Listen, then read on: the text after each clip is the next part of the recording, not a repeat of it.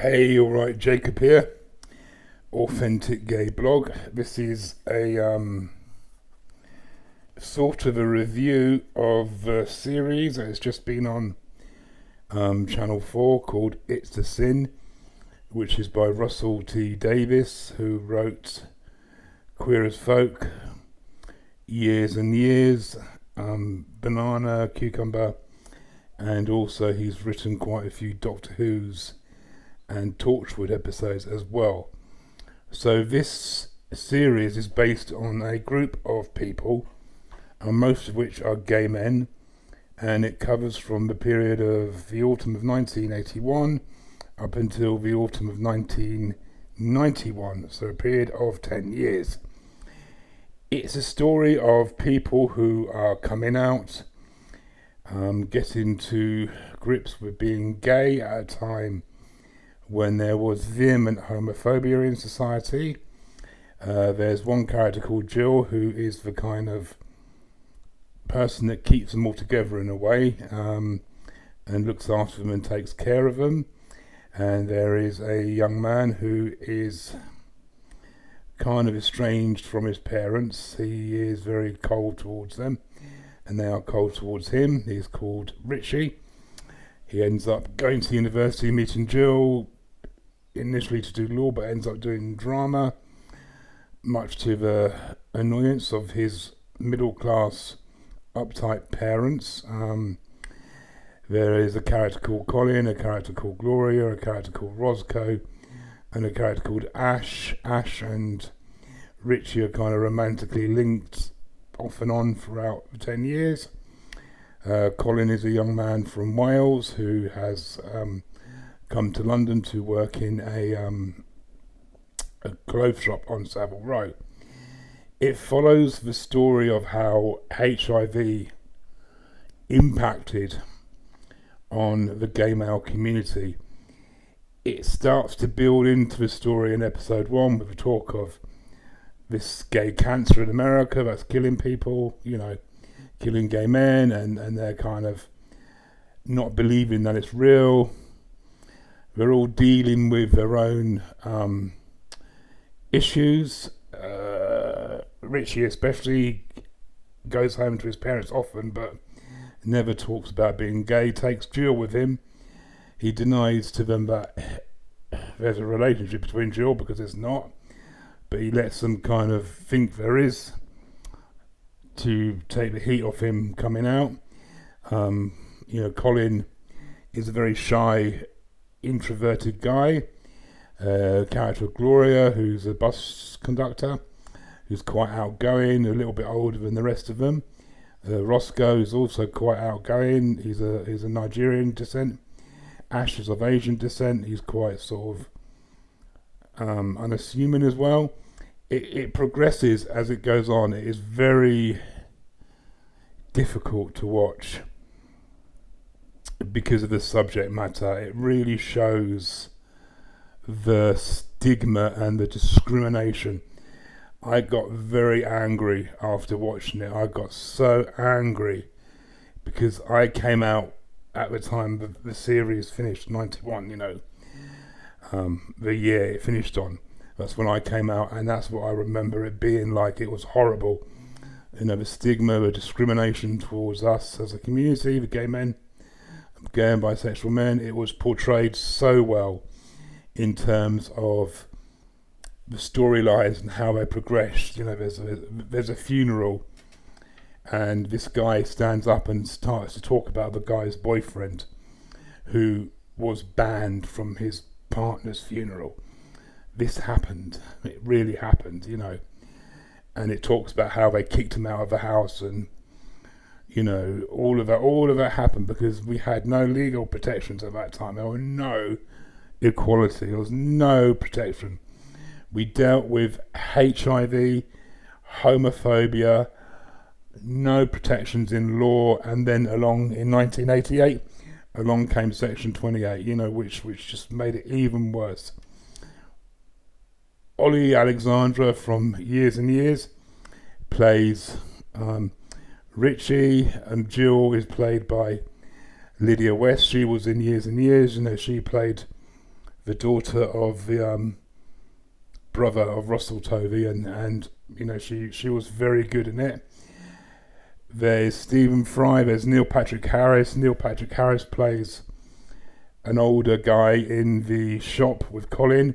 He befriends Colin and kind of gives him the message that it's okay to be gay because he's there with his partner of 30 years and they've got a house together, and that has a real positive impression on Colin because it's a reaffirming positive message of the possibilities that were open to him. It is very dark. It is very light as well. There are one or two episodes which I think when you've watched them, at the end of it, you're going to be utterly heartbroken. I'm not going to give any more away, but you will be heartbroken. But there's very sweet moments as well where the beauty of community and the beauty of building those friendships, because at the time in the gay and bisexual male community, the friendships were the families, the friendships were the people that supported you, so in one of the episodes Jill is shopping for one of the characters because he's ill and he can't get out. That happened a lot. We as a community, we took care of each other.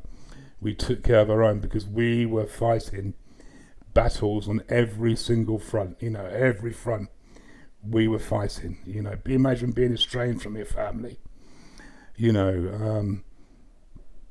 There's a scene where someone's died of HIV and the family burn all of his possessions, the furniture and everything.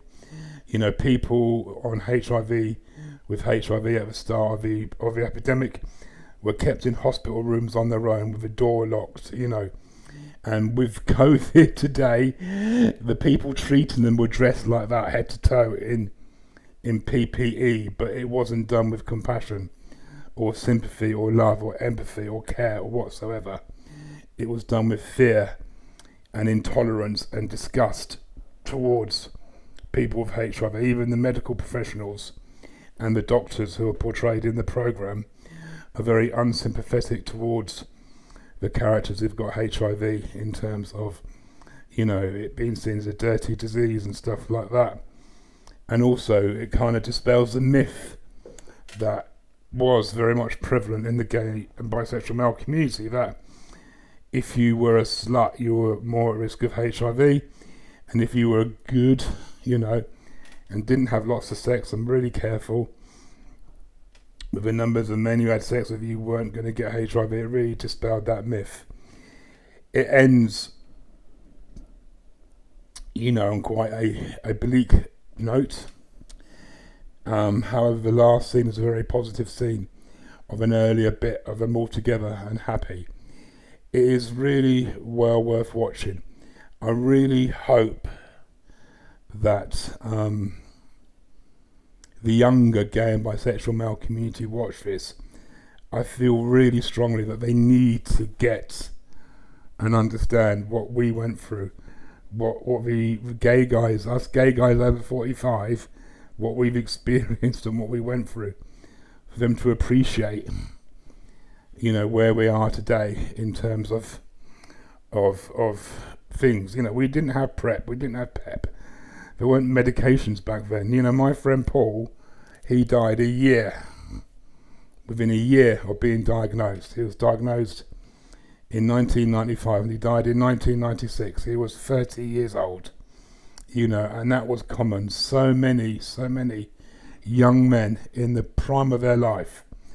The Pride film covered it a little bit with one of the characters being HIV.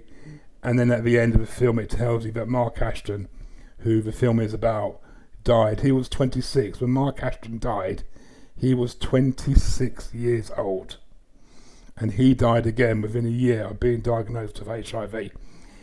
It really brought it home to me what we experienced, and it's left me feeling, in a way, very angry at the society of the time.